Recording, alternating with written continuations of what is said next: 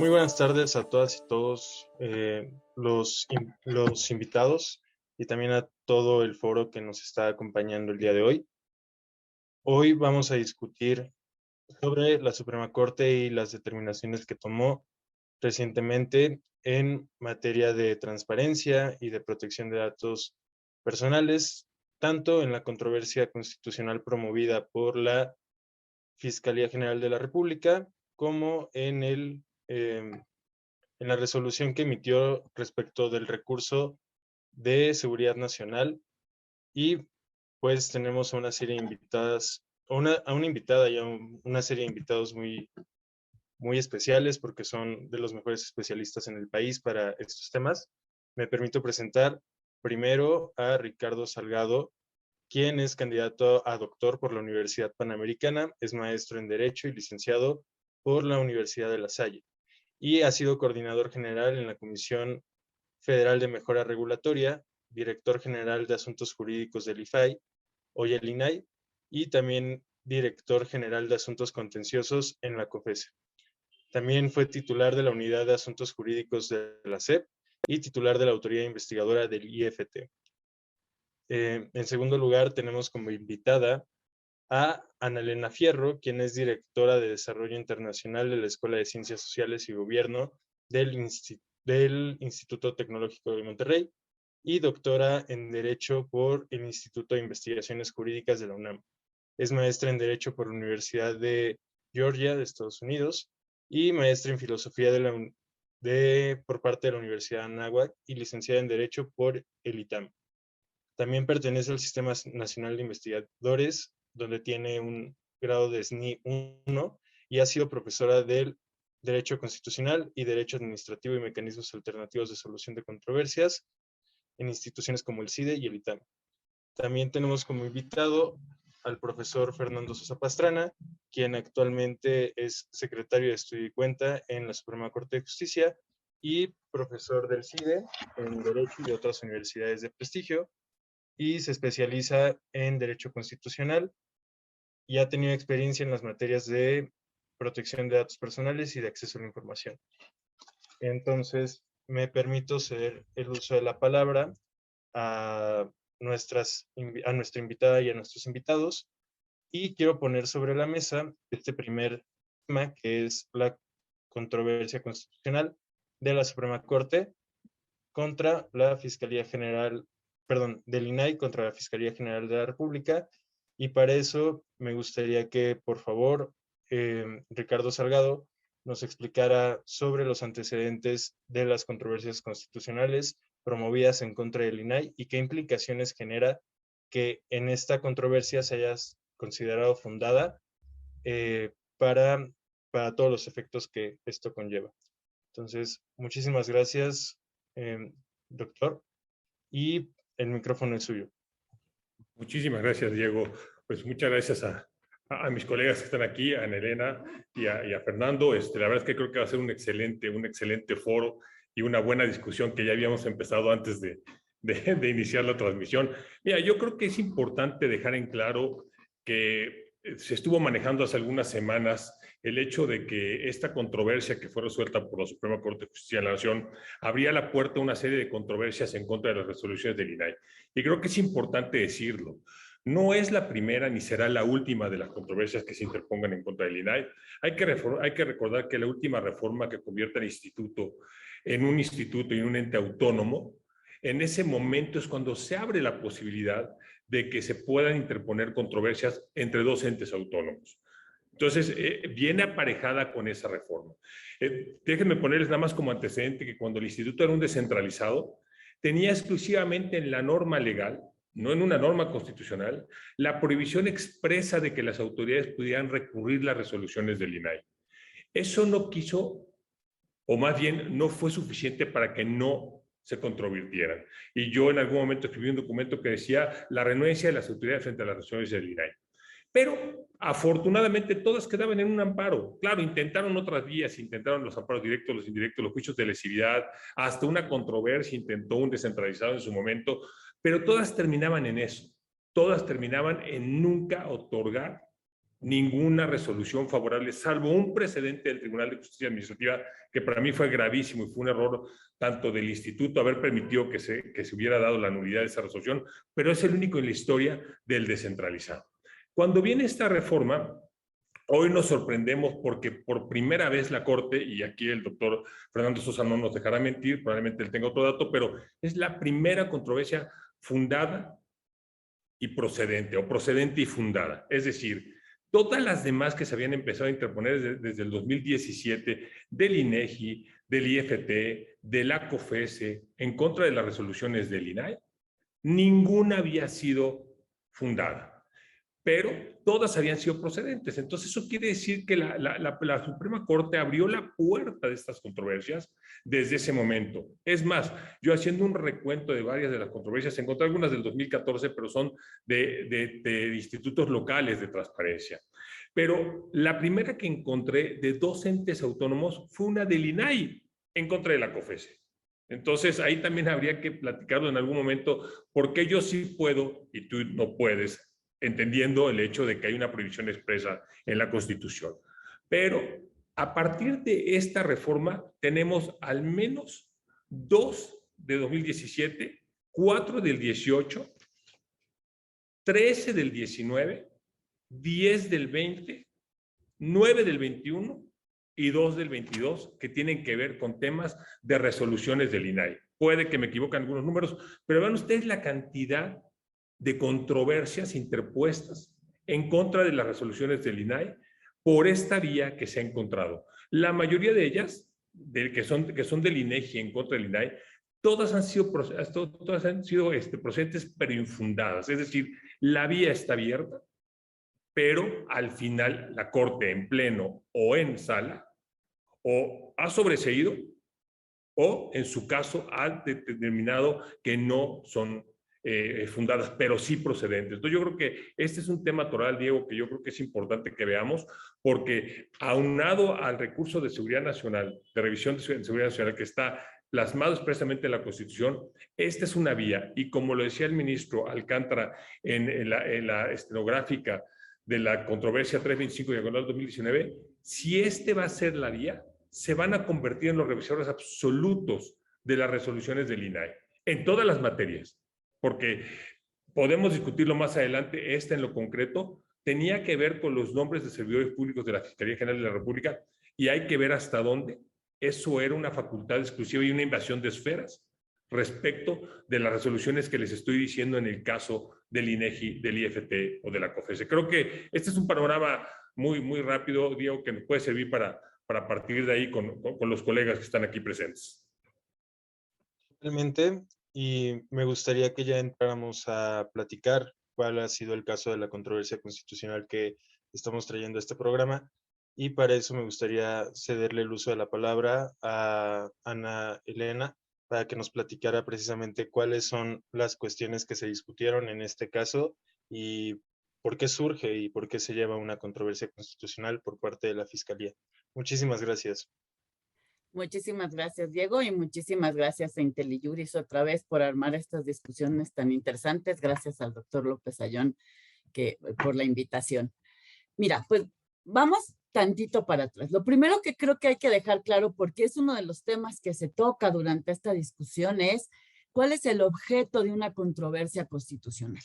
Y aquí, pues recordando, como sabemos que este es un foro para abogados jóvenes, sí quiero hacer como esta parte, y disculpen, la profesora que tengo dentro no lo puede evitar, ¿no? Y entonces quiero recordar eso. La controversia constitucional tiene un objetivo específico. La controversia está desde la Constitución en 17, pero en 1994, con la gran reforma judicial, se fortalece muchísimo este organismo, este mecanismo, pues porque estábamos entrando a la transición democrática, porque evidentemente había una mayor pluralidad en los distintos órganos y en los distintos poderes, y entonces se requería de un control del ejercicio de las competencias. Desde el constituyente permanente y en múltiples resoluciones, la Suprema Corte siempre ha reiterado que el objeto de la controversia constitucional es la preservación de la división de poderes y el régimen de competencial también de los niveles de gobierno, porque acuérdense que hay fracciones en las cuales distintos niveles de gobierno pueden presentar controversias.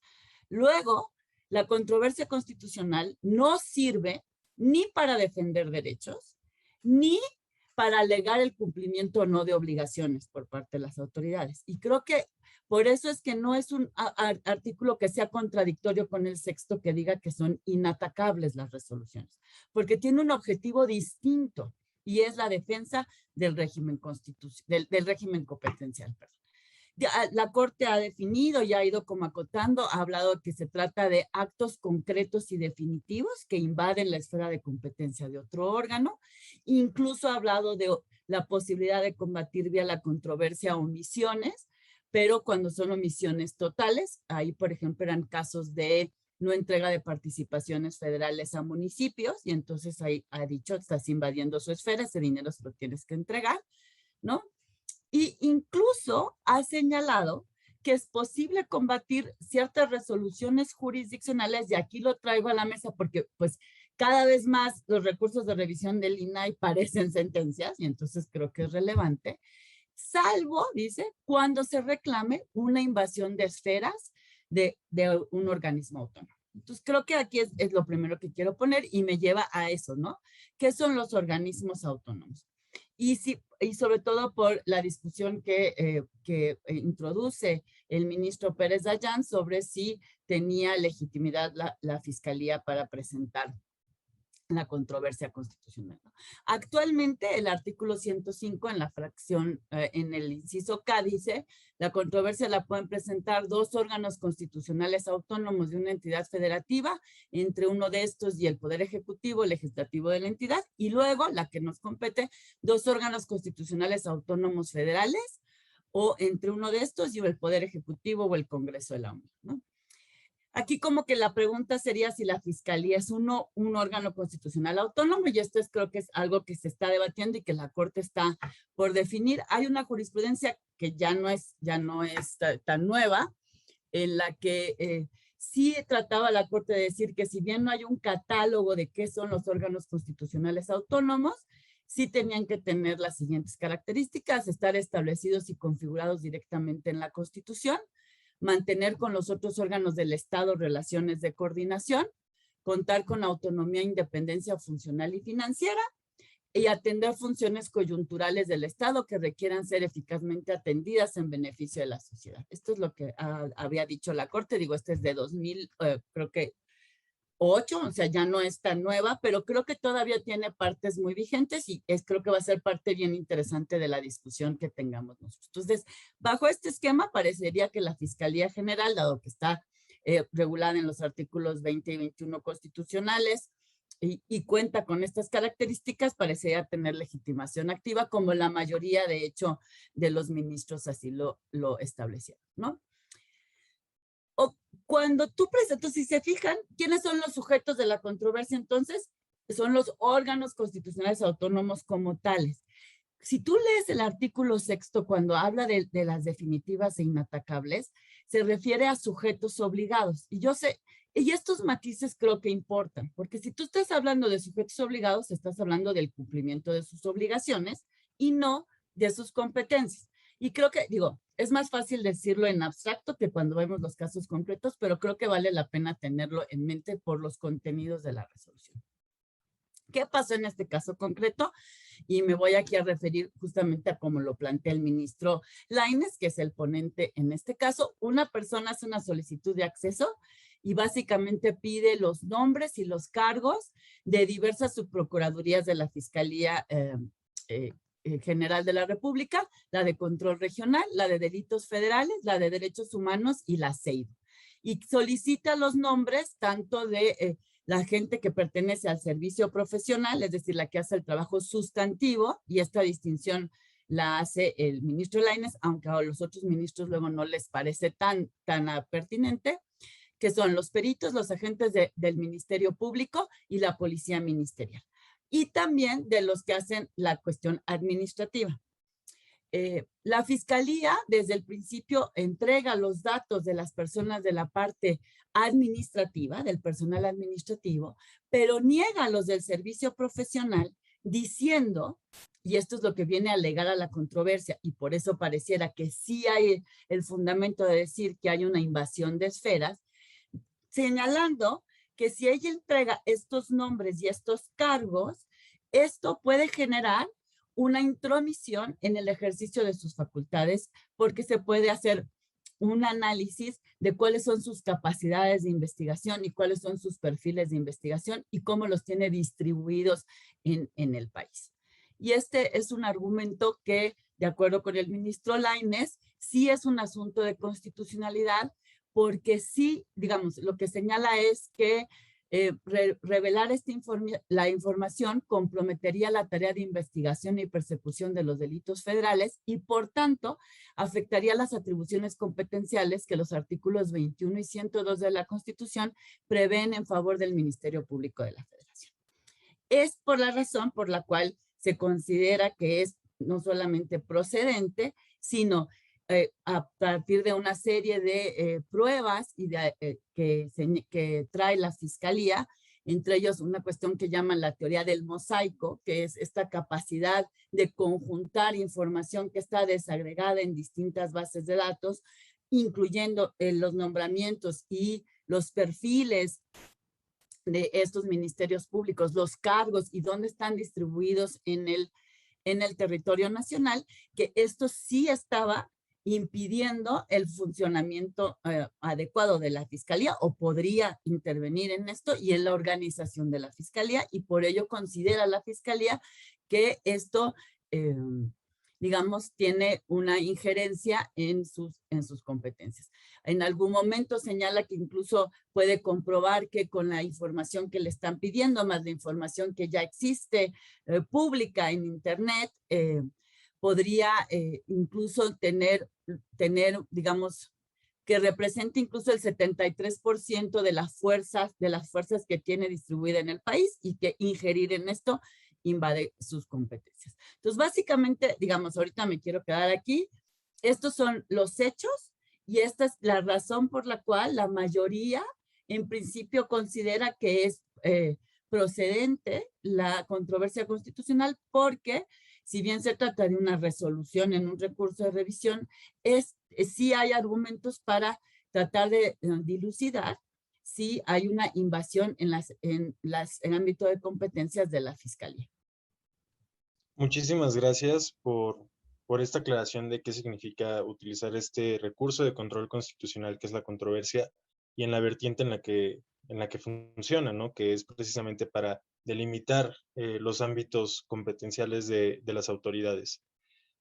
Ahora, existe un concepto en materia de protección de datos personales y de acceso a la información que se integra en el artículo 6 constitucional, y que precisamente es de la inatacabilidad de las resoluciones del INAI, y que es algo que durante la discusión que se da en la Suprema Corte se trata. Pero ¿por qué se está tratando y qué significa esto si no estamos revisando la legalidad de la resolución que da el INAI, sino precisamente que esté dentro de su esfera de facultades? Para este espacio me gustaría darle la palabra al profesor Fernando Sosa y que nos explique en primera instancia qué es este concepto de la inatacabilidad, y ya después, en un espacio que seguirá, podremos entrar a analizar la actuación de la Corte, ya propiamente. Muchísimas gracias, profesor. Muchas gracias. Yo creo que el profesor Ricardo y la profesora Ana Elena Fierro han sido muy claros. Creo que ningún artículo de la Constitución hay que tomarlo en términos absolutos, porque eso es terrible, ¿eh? La Constitución es un sistema funcional, digamos, es un sistema engranaje que funciona atendiendo al panorama general de artículos que están incluidos. Yo, ¿cómo entendería inatacabilidad? Y ojo, con sus matices. La inatacabilidad de las resoluciones por parte de los sujetos obligados. O sea, hay que ser muy claros en esto, y lo dijo la profesora. ¿Por qué lo digo? ¿Un particular puede impugnar la resolución del INAI? Claro. O sea, desde luego. Y eso para nada afecta. La inatacabilidad está concentrada exclusivamente en las facultades que puedan tener los sujetos obligados, entendiendo a este amplio catálogo que hay de personas públicas que se ven sujetos a un escrutinio. Entonces yo creo que la resolución es para espantarse. Ya ha habido muchos casos en donde esta vía es abierta. Pero si hay una postura, digamos, como tripartita de los ministros.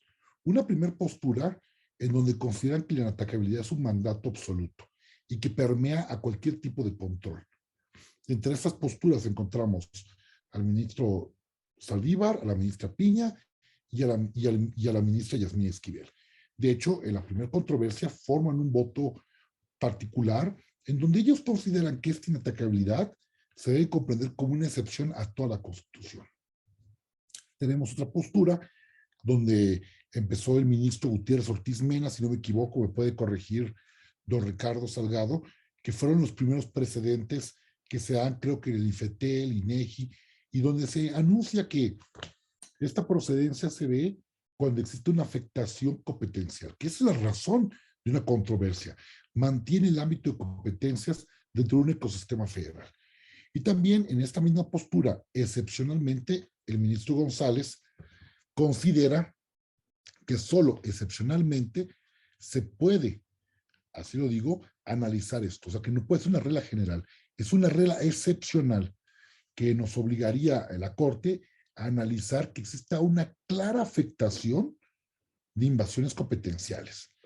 Esto puede ser formal y material. Porque creo que este criterio es afortunado, aunque parezca caótico. Y voy a llevar el argumento al absurdo. Imaginemos que consideráramos que las resoluciones son inatacables por cualquier medio de control constitucional. Esto significaría que el INAI, y lo pongo hipotéticamente, tendría carta blanca para poder hacer lo que quisiera. Y entonces imaginemos un solo supuesto, en donde el INAI considere que para garantizar el acceso a la información no basta con que los particulares deban tener acceso a los documentos, sino que los archivos de los poderes ejecutivos, y en concreto el federal, sean propiedad de todos unos ciudadanos en un lugar determinado. El INAI estaría evidentemente actuando como si fuera un juez. Imagínense, estaría dándole propiedad, o sea, estaría generando una usucapión de facto. Lo estoy imaginando. Entonces, ¿no podría el Ejecutivo poder controvertir eso? Porque ese punto en concreto estaría excediendo la facultad que tiene justamente acotada en acceso a la información y protección de datos personales. Bajo esta lógica, que el sistema constitucional es un sistema de contrapesos, la controversia es procedente cuando puede existir una posible afectación competencial. Hasta ahora se había analizado en varios escenarios, el INAI combatiendo a otros órganos autónomos y a la inversa. Lo curioso, cuando el INAI vino, jamás prejuzgó esa competencia, ¿eh? Por el contrario, la hizo ver. Entonces mi pregunta es, y podría decirlo yo a juego, a confesión de parte, relevo de prueba. Hasta propio órgano constitucional autónomo reconoce la posibilidad de permear esta posibilidad. Pero parece que el argumento está anclado a que ellos tienen inatacabilidad por forma expresa en el artículo 6. Yo creo que este argumento absoluto quitaría los contrapesos constitucionales, que la inatacabilidad debe acotarse, como dijo la profesora, exclusivamente a una cuestión de sujetos obligados.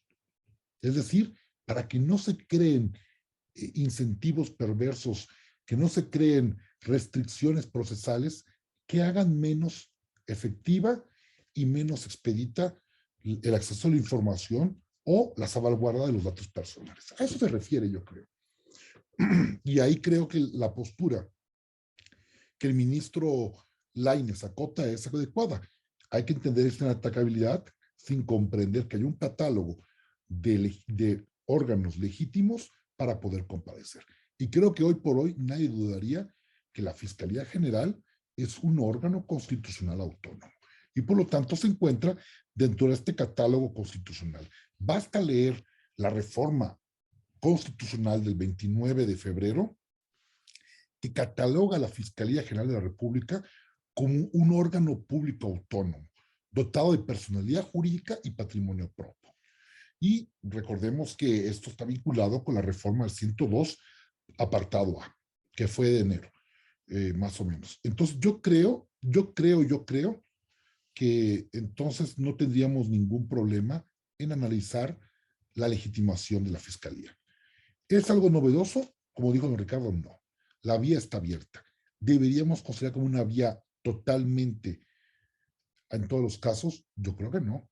Creo que la discusión que se hará caso por caso tendrá que ver con el toque de invasión competencial. Esa es la clave, ¿eh? Muy bien. Creo que ya hemos delineado algunas cuestiones muy importantes, precisamente esta cuestión de la legitimación que tiene la Fiscalía para promover controversias por ser un organismo constitucionalmente autónomo y también distinguir qué es lo que establece tanto el artículo 6 como qué es una controversia constitucional y cómo funciona como medio de defensa constitucional y cuál es su finalidad.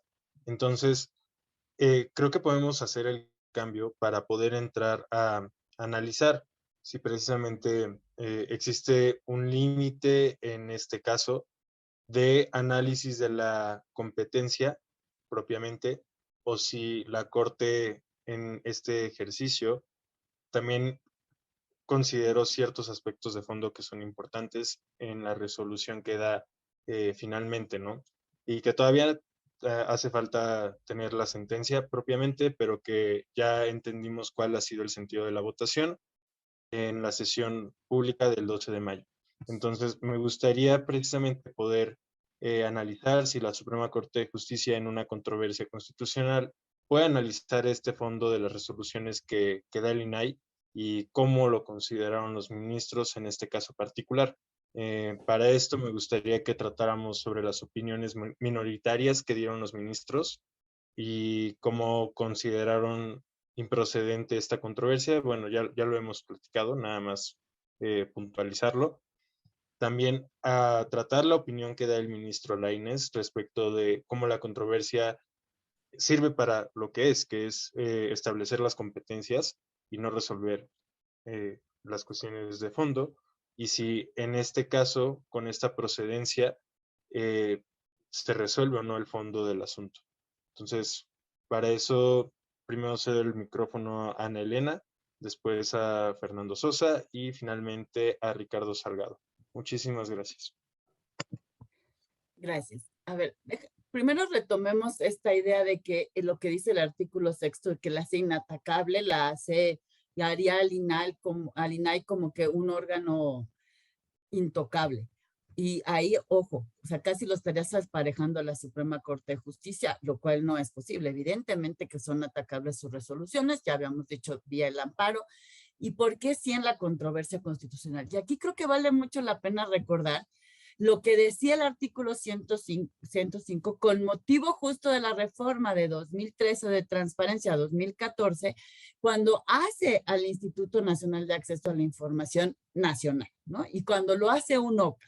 Y ahí expresamente decía el artículo 105 que la controversia constitucional procede y dice contra dos órganos constitucionales autónomos, entre estos y el Poder Ejecutivo o el Congreso de la Unión, sobre la constitucionalidad de sus actos o disposiciones. Y fíjate, y decía expresamente, lo dispuesto en el presente inciso será aplicable al organismo garante establecido en el artículo 6 constitucional. Entonces, si en esa misma reforma se estableció esta capacidad de legitimidad en la controversia constitucional para el INAI y se establece la inatacabilidad, a mí me parece evidente que la interpretación que hay que dar es que ambos artículos tienen que convivir, porque eso es lo que el constituyente permanente quiere. Y eso es lo que hace la interpretación, digamos, mayoritaria de determinar que es procedente. A mí me parece que quienes señalaban que es improcedente, por ejemplo, la opinión de la ministra Piña, creo que confunde un poco estas dos cuestiones, porque incluso entran a la discusión sobre qué tipo de prueba de daño tuvo que haber hecho. Y ahí sí me parece que lo están tratando como si fuera un mecanismo para la defensa de los derechos. ¿De acuerdo? Y creo que ahí sí hay una confusión, como me parece que la mayoría lo hizo. Incluso el ministro Pérez Dayán en algún momento señala que él estima que habría que tomar la misma decisión o tomar a lo mismo que se hizo con la de competencia económica, la COFESE contra la reforma energética.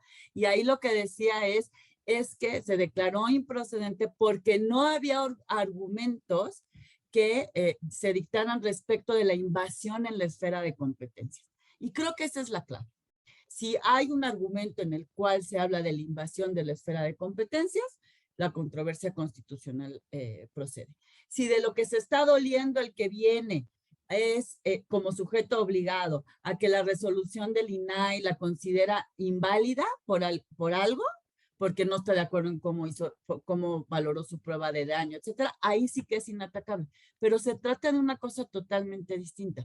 Creo que el problema ahí es que algunos de los ministros, si de repente, aunque dicen que están hablando de competencias, se meten y hacen argumentos como si fueran derechos o como si fueran obligaciones y empiezan a hablar de la prueba de daño o como la ministra Loreta, que empieza a hablar sobre el derecho de acceso como habilitador de otros derechos y habla de los tratados en materia de derechos humanos. Entonces ahí creo que empieza como a resbalar la cosa, se empieza a hacer como jabonosa y empieza uno como a entrar a dudas. Pero la manera en que lo planteó el ministro Lainez y como la mayoría lo tuvo, el argumento del ministro Lainez es todo un argumento sobre analizar si la actuación del INAI impide el ejercicio de las competencias de la Fiscalía.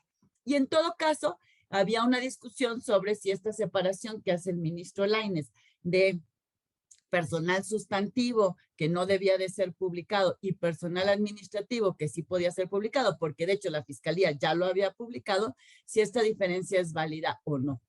Pero él se centra en la distinción competencial y me parece que ahí es donde está la clave, porque a eso nos permite una interpretación de la Constitución acorde de los dos artículos, no una esquizofrenia para decir que primero dijo en el sexto una cosa y después dijo en el 105 otra. No sé cómo vean mis colegas. Pues, quien quiera hacer uso de la palabra, si quiere usted, profesor Fernando Sosa. Sí, fíjese que creo que ese va a ser el gran quid pro para la distinción de precedentes. Porque la línea delgada que dibuja la división entre competencias y la revisión de una resolución parece muy, muy tenue. Y obedece bien hasta qué punto podemos ver el alcance de una resolución y si este alcance realmente existe con afectación competencial. Entre los votos en contra, como bien nos platicaban Elena Fierro, están los votos de los que creen esta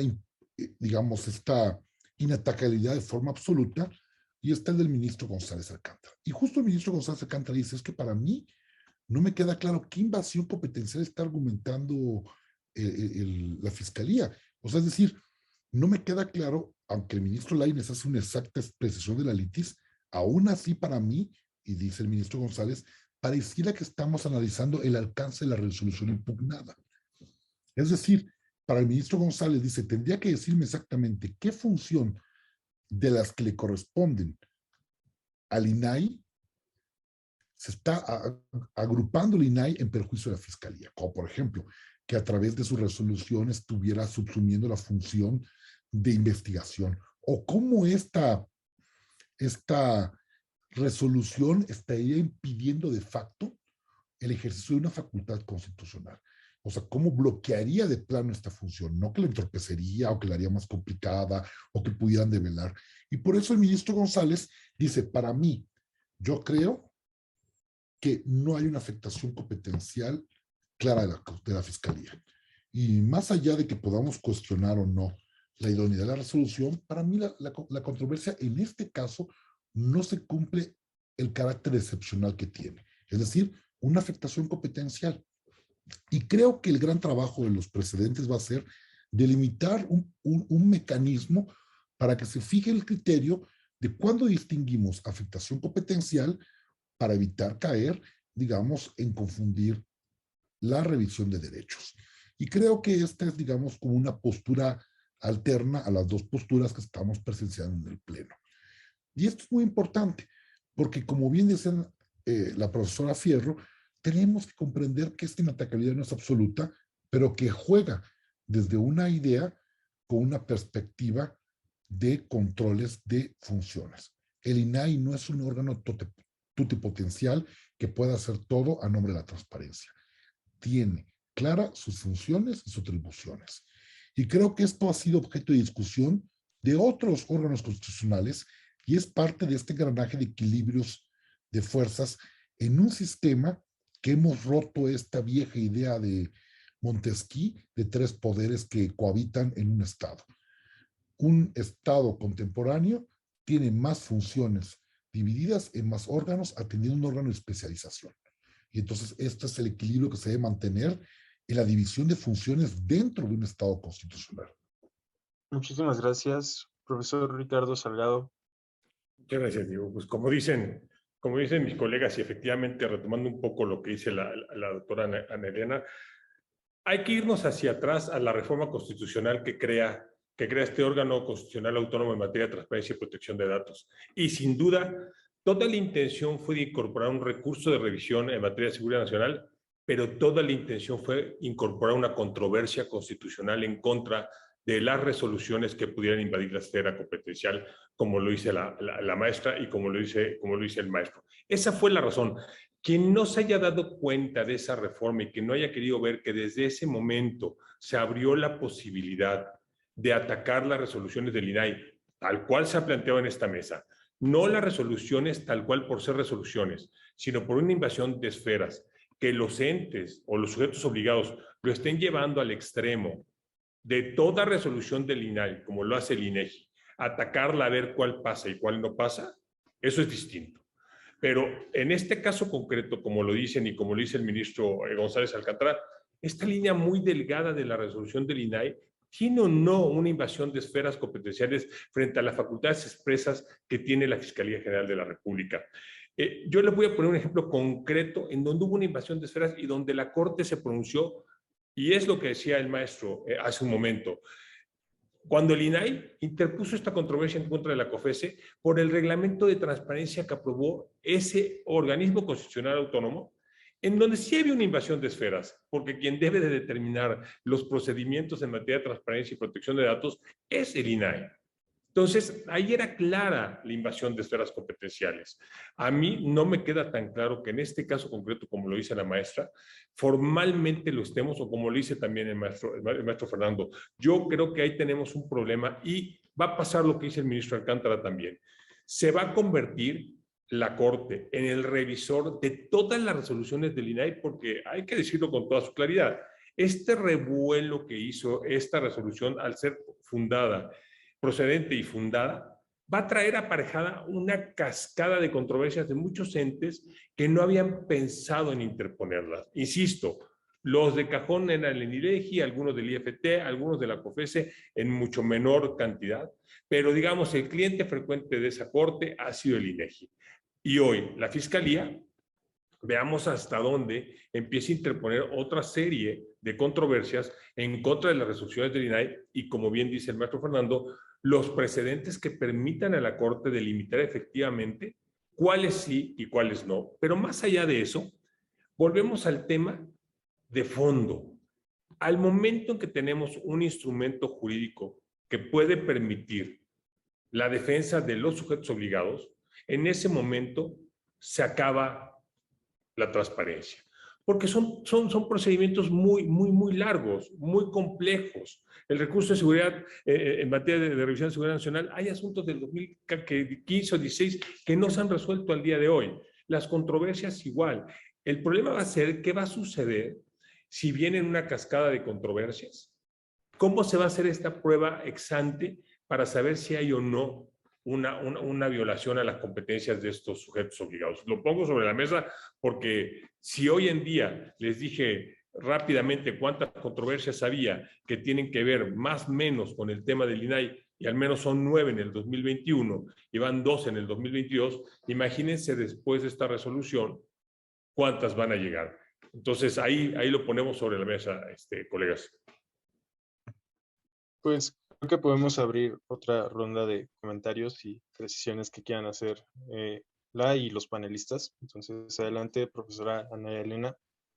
Ay, gracias. A ver, es que este último punto que dice Ricardo, creo que sí nos da pie como para preguntarnos algo que, por ejemplo, muchos académicos como Mauricio Merino, el exministro Cosío, siempre han dicho, cuando tú estás en un órgano de estos de como de última instancia, cuando eres titular de un órgano de estos, y es el caso del INAI, pues también tiene que imperar la prudencia. Y en la invasión de esferas, pues también pasa esto, es esta idea de que, oye, no me andes rayando mi cuaderno, porque si me rayas mi cuaderno, pues vamos a entrar en controversias en las cuales al final, dado lo que señalaba el maestro Ricardo Salgado, ¿no? Dado lo largo de estos procedimientos, a veces, digamos, voy a impedir tu trabajo o voy a hacer más ineficaz la transparencia, simplemente ahogándote en asuntos, ahogándote en controversias constitucionales. Entonces ahí sí creo que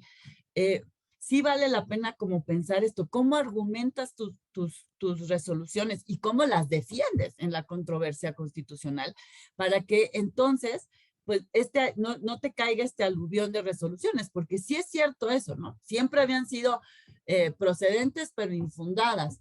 ¿Qué quería decir eso? Que cuando se analizaba el contenido, el fondo de la sentencia, la Corte consideraba que la argumentación hecha por el INAI era correcta y entonces era infundada la resolución. Entonces, aquí, ¿qué está pasando? Pues parece ser que no fuiste tan claro en tu resolución y diste pie a la entrada de esta idea de que podías estar invadiendo las competencias de la Fiscalía. Entonces, yo creo que ahí también sí siempre está este elemento que es como, pues el quid de quienes son titulares de órganos como es el INAI, obviamente como sería la Suprema Corte, ¿no? ¿Cuáles las consecuencias más allá del caso concreto de la resolución que estás tomando? ¿Cómo va a impactar esto a tu política completa, a tu estrategia completa de transparencia? Porque es cierto lo que dice Ricardo, esto sí puede convertirse en una amenaza. ¿Eso qué quiere decir? Que no debería de, tachemos en la Constitución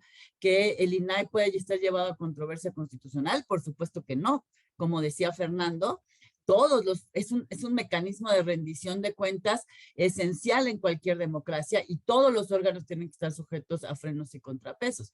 Pero ahí es cuál es tu estrategia y cómo fortaleces tus resoluciones para que sean declaradas procedentes pero infundadas. Totalmente. Y sin duda esta situación nutre muchísimo el debate y quisiera que sigamos por lo menos con las impresiones que tiene el profesor Fernando Sosa respecto a si esto, en qué medida afecta la garantía del derecho de transparencia y de acceso a la información. Mire, yo creo que en la medida que se vayan analizando más controversias van a poder aperturar. Yo me preguntaría, ¿el que haya resultado esta vez fundado da pauta para que se pueda la litigiosidad? Bueno, lo está hablando don Ricardo, que ha sido director general de 2 órganos constitucionales autónomos. Entonces, yo estoy seguro que él está pensando como un director general de ese órgano autónomo, diciendo, pues aprovechemos la ventana. Es un riesgo que creo que es válido asumir. En una democracia hay que asumir riesgos. Ahora, ¿esto pone en riesgo? No, yo creo que no. Entre más promuevan estas controversias, va a permitir a la Corte empezar a analizar los momentos de delimitar, digamos, esta invasión de controversias. Hasta ahorita no hemos visto muchas controversias. De hecho, el mapeo que hicimos, pues son de una plétora muy reducida de controversias que no exceden la veintena, o sea, una decena de controversias. Y en la mayoría, si lo queremos ver, se le ha dado la razón al INAI de una u otra forma que ha ejercido bien sus competencias. Entonces, cuando yo escuchaba por parte de algunos expertos de transparencia que este era un caos, pues no, en las democracias se ganan y se pierden, y también en asuntos de controversia. Si yo lo viera en términos estadísticos, es en una plétora reducida de controversias que se han establecido. Pero miren, y voy a tratar de no ser peyorativo hacia el INAI, también es saludable esto por una segunda razón. A diferencia del IFETEL, a diferencia de COFESE, que son órganos constitucionales en donde existe una diferencia técnica y que los que se designan son técnicos de esa materia, el INAI es un órgano ciudadano. Esto quiere decir que los comisionados no necesariamente son abogados, y que, por ejemplo, un economista va a tener un concepto de propiedad y sus efectos en un ecosistema social totalmente distinto a un abogado. No quiere decir que con eso sean menos cualificados, quiero decir que puede estar la posibilidad de que excedan sus funciones en pro de querer garantizar un derecho, pero afectando quizás el desenvolvimiento de otras áreas competenciales. Quizás esto es lo importante. El que exista la vía permite que no exista absolutos. Y como bien dice Adriana Fierro, demanda prudencia, pero cuando la prudencia no se obtiene por propia prudencia, se obtiene por jurisprudencia, aunque parezca una rima que me acabo de hacer ahorita. Entonces, pues, esa es parte del sistema de contrapesos. Es parte de que la prudencia es quizás un valor ético, pero no necesariamente es un valor constitucional, lamentablemente. Y yo creo que, como diría Oliver Wendell Holmes, el derecho está hecho para las malas personas. ¿Qué quiere decir esto? Cuando tú piensas en qué va a hacer una persona con una resolución, evidentemente van a tratar de pensar, como dice don Ricardo, justo tratar de utilizar esta vía, pues tratar de para prorrogar, ¿no?, el cumplimiento de sus obligaciones. Creo que esto va a dar oportunidad para que la Corte empiece a ver los diferentes aspectos del estetoscopio que es la impugnación de las obligaciones del INAI y quizás cree un precedente en donde haga más restricta la procedencia.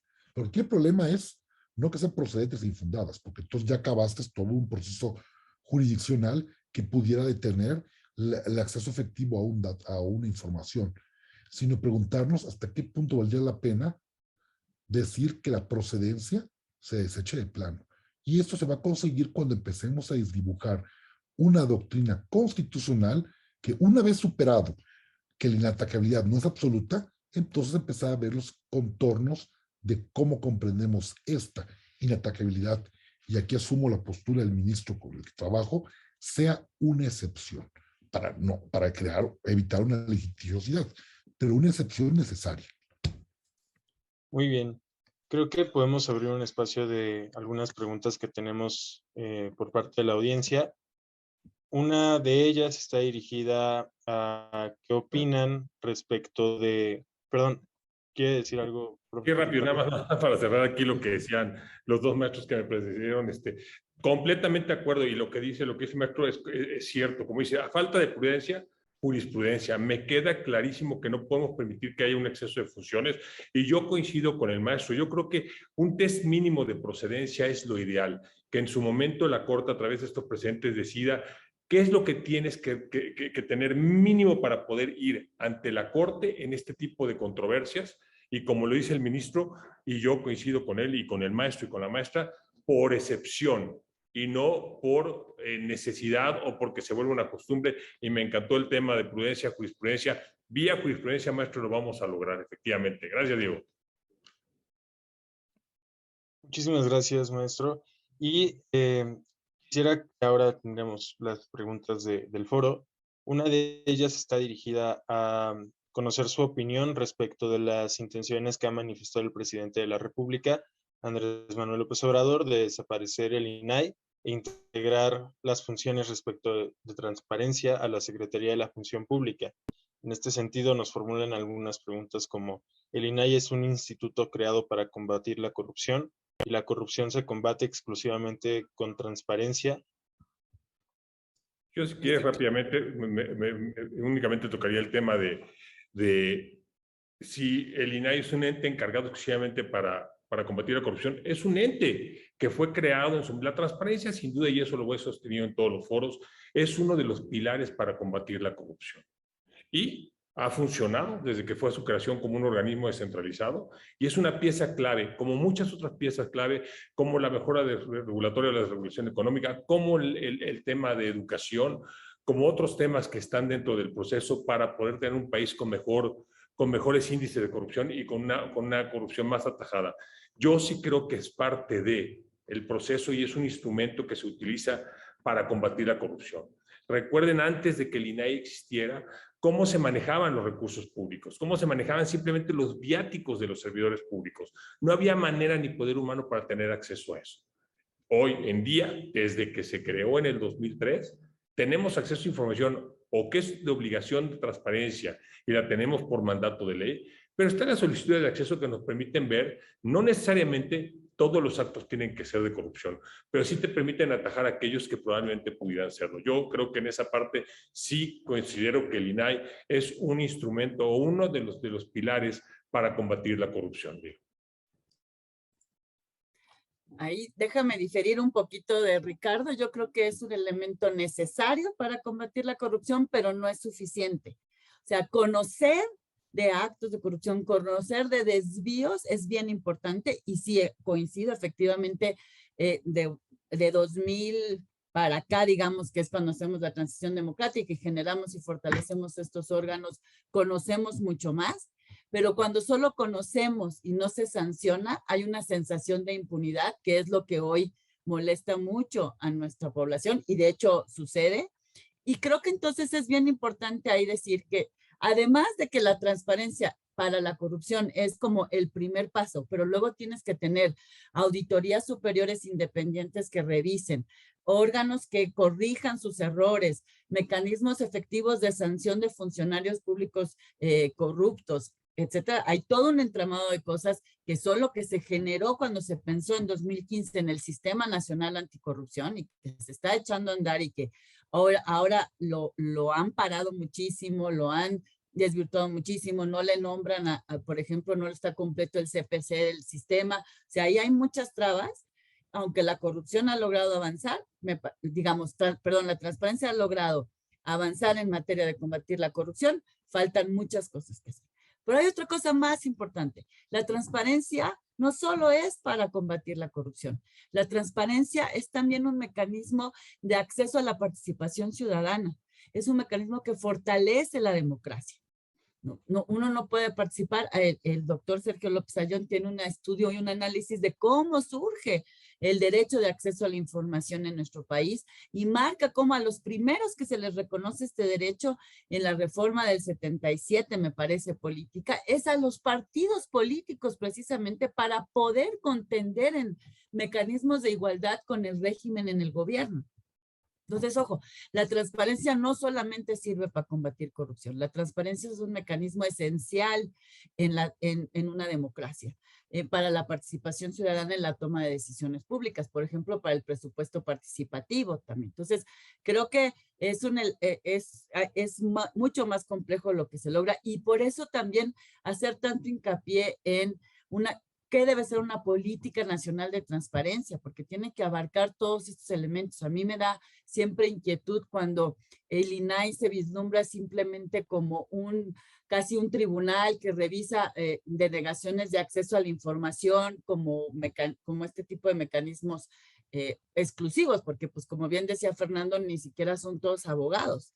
Y la idea de que no sean todos abogados es justamente porque se trata de que sean los directores de una política nacional de transparencia que sirva para muchas cosas y no solamente para combatir la corrupción.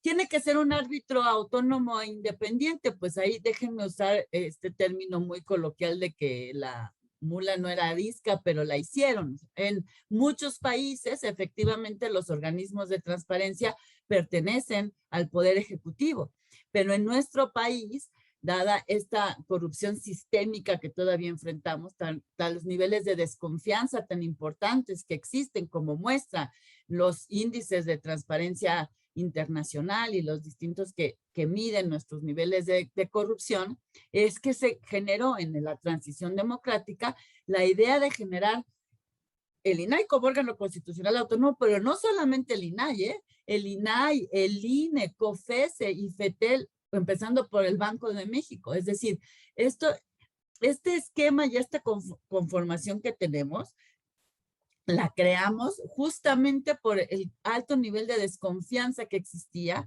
ante un régimen que vivimos durante el siglo XX, de un monopolio férreo, de un poder muy importante por parte del Poder Ejecutivo. Y entonces, pues como que tratar de regresar a esa época me parece que pues va a contracorriente de lo que fue todo el esfuerzo de transición democrática mediante la cual se generaron estos órganos constitucionales autónomos, incluyendo, por supuesto, el INAI. Sí, o sea, la transparencia es un mecanismo, como bien dice don Ricardo y la profesora Ana Elena, que le tengo mucho aprecio, pero es un mecanismo que puede tener muchos sentidos. Puede servir para Contraloría Social, también tiene que ver con la forma en que la gente tenga el entendimiento. Yo creo que el primer esbozo de la importancia de transparentar lo encontramos yéndome muy atrás en el libro segundo de la República, cuando se platica la famosa historia del anillo de Giges. ¿Se acuerdan? Esta historia del pastor que encuentra un anillo que lo hace invisible, aunque parece un spoiler del Señor de los Anillos, digamos que la idea primigenia viene en Platón. Y lo que dice Platón es muy interesante, digo, más allá de la epistemología de la justicia. Dice, nadie es justo porque quiere, sino porque es justo porque tiene el temor de ser básicamente cachado. Cuando una persona puede ser injusta sin ninguna consecuencia, lo va a hacer. Y un poco es esto, si tú sabes que vas a tener una observación de tus actos, pues por lo menos va a demandar la prudencia, por lo menos en el sentido de conveniencia, ¿no? Entonces, es un primer elemento. Claro que faltan muchos elementos para poder atiborrar la corrupción, pero por lo menos esto pone en el foco público la necesidad de que veamos qué hacen los funcionarios. Creo que es fabuloso ver ahora con transparencia muchas cosas que antes parecían como mitos o ocultos o eran parte de esta rumorología que existía de cómo funciona el poder. Y esto creo que es un gran primer paso. Un paso que, como bien dice, nació por la necesidad de desconfianza y creo que se ha convertido en un elemento fundamental.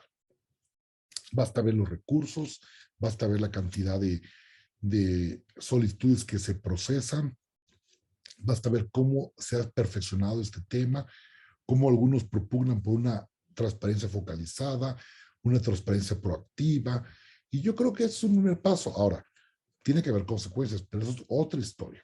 La corrupción obedece a muchos factores, pero la transparencia creo que nos permite vislumbrar con mejor claridad cómo operan o cómo funcionan nuestros entes. Y eso creo que es importantísimo. Y yo creo que en la medida que la transparencia sea acotada, es decir, que no se limite más que por una cuestión excepcional, es el camino que debemos seguir. Y esto es, creo que es un gran paso. Así lo veo yo. Definitivamente, y muchísimas gracias por sus participaciones. Creo que pudimos tener un cierre muy adecuado al tema de esta controversia y dirigido precisamente a garantizar la transparencia y qué comprende la transparencia y por qué es importante la transparencia en nuestra sociedad. Lamentablemente no nos alcanzó el tiempo para hablar del segundo tema que teníamos previsto, que era el recurso de revisión en materia de seguridad nacional, promovido por la Oficina de Presidencia y que es un tema también muy interesante que buscaremos tratar en una continuación de este programa, pero quisiera agradecerle su tiempo, quisiera agradecer al foro por su participación y por asistir a este programa de la serie de Jóvenes Abogados y hacerles a todas las personas que nos acompañan una invitación a nuestro taller de actualización en justicia constitucional, en donde se analizarán precisamente este tipo de recursos o de medios de control constitucional, como lo puede ser la controversia. Será coordinador el ministro José Ramón Cosío, bueno, ministro en retiro José Ramón Cosío, y pues les esperamos que haya sido de su agrado este espacio y muchísimas gracias a nuestra invitada y nuestros invitados. Entonces, también les cedo el micrófono para agregar cualquier comentario que quieran, es suyo el espacio.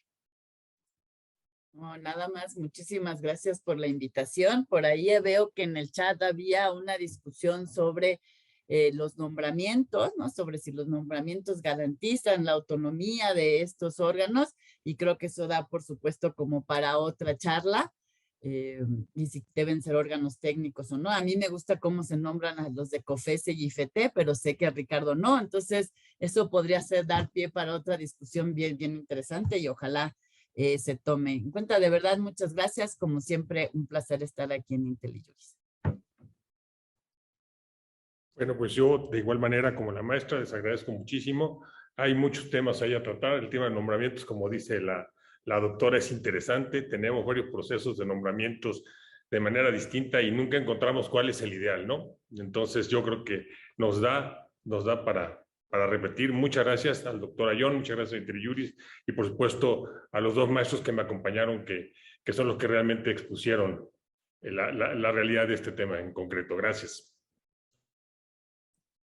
Sí, creo que Diego va a encontrar las inquietudes de la profesora Elena Fierro y de don Ricardo temas al futuro, ¿eh? Y ya que estoy aquí, creo que el de los nombramientos es necesario. Yo no me preocuparía tanto por el nombramiento de los comisionados, me preocuparía más por el nombramiento del aparato burocrático. Es decir, yo creo, y lo quiero dar, si puedo robarle 5 minutos, porque creo que es algo que no hemos analizado. Cuando Bruce Ackerman hace un artículo fabuloso que se llama Adiós a Montesquieu, dice que un gran valor de los órganos constitucionales, digo, no maneja este concepto, pero está enclavada en esta idea de la diferencia técnica, como en el caso de Chevron, dice, es justamente la autonomía del personal que lo integra. Y esto me recuerda a mí una pequeña anécdota. Hay una super serie inglesa que se llama Yes Minister y Yes Prime Minister, que habla de estas confrontaciones que hay con los nombramientos políticos y los nombramientos de carrera. Y los de carrera son el control racional de los de políticos. Yo creo que un órgano constitucional fuerte se verá, y lo digo respetuosamente, con la fortaleza de sus personajes de carrera o de servicio de carrera. Los nombramientos de los titulares siempre van a ser políticos. Y el derecho es política y es difícil escindirlos. Mejor creemos un control interno. Y esto es lo que para mí marca la gran evolución del INE, que es para mí el paradigma de un servicio civil de carrera, en contraposición de otros órganos constitucionales que apenas lo están confeccionando, u otros en donde deciden, pues, designar otra vez a comisionados o no queda clara cuáles son las reglas para poder llegarlo, ¿no? Y yo creo que este es el elemento que habría que discutir, cómo darle al cuerpo a la burocracia en términos weberianos una perspectiva del siglo XXI. Sin duda alguna, otro tema muy interesante que vamos a tratar en este programa y bueno, sería un honor tenerles como personas invitadas. Muchísimas gracias y muy buenas noches a todas y todos. Buenas noches.